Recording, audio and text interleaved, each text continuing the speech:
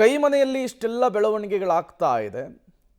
D K Shivakumar ಅವರು CM ಆಗ್ತಾರಾ ಅನ್ನುವಂತಹ ಪ್ರಶ್ನೆ ಮುನ್ನೆಲೆಗೆ ಬರ್ತಾ ಇದೆ, ಅಥವಾ ಸಿದ್ದರಾಮಯ್ಯನವರೇ 5 ವರ್ಷವೂ ಕೂಡ ಮುಖ್ಯಮಂತ್ರಿಗಳಾಗಿರ್ತಾರಾ ಅನ್ನುವಂತಹ ಕುತೂಹಲ ಇದೆ.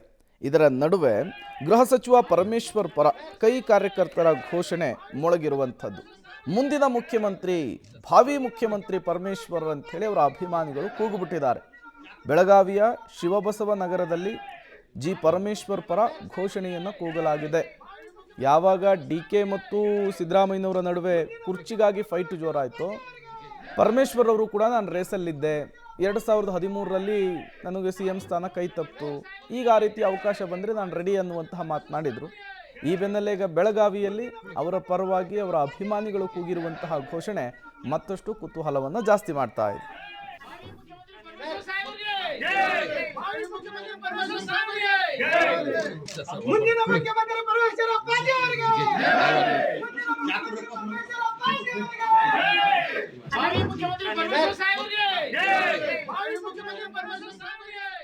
ತುಂಬಾ ಜನ ಕಾಂಗ್ರೆಸ್ನಲ್ಲಿ ಸಿಎಂ ರೇಸ್ನಲ್ಲಿದ್ದಾರೆ. ಡಿ ಕೆ ಶಿವಕುಮಾರ್ ಅವರ ಹೆಸರನ್ನು ಕೂಡ ಸೇರಿಸಿ ಅವರು ಹೋದಲ್ಲೆಲ್ಲ ಈಗ ಕಾಂಗ್ರೆಸ್ ಕಾರ್ಯಕರ್ತರು, ಅವರ ಅಭಿಮಾನಿಗಳು ಇದೇ ರೀತಿಯ ಘೋಷಣೆಯನ್ನು ಕೂಗ್ತಾ ಇದ್ದಾರೆ. ಅಂದರೆ ಪರಿಸ್ಥಿತಿ ಯಾವ ಹಂತಕ್ಕೆ ಹೋಗಿದೆ ಅನ್ನೋದನ್ನು ಇವೆಲ್ಲವೂ ಕೂಡ ತೋರಿಸ್ತಾ ಇದೆ. ಬಟ್ ಈ ಕಗ್ಗಂಟಿನ ಪರಿಸ್ಥಿತಿಯನ್ನು ಹೇಗೆ ಹೈಕಮಾಂಡ್ ಬಗೆಹರಿಸುತ್ತೆ ಅನ್ನೋದನ್ನು ಕಾದು ನೋಡಬೇಕಿದೆ. ಇಲ್ಲಾಂದರೆ ಪರಿಸ್ಥಿತಿ ಮತ್ತಷ್ಟು ಜಟಿಲವಾಗುವ ಎಲ್ಲ ಮುನ್ಸೂಚನೆಗಳು ಕೂಡ ಸಿಗ್ತಾ ಇದೆ.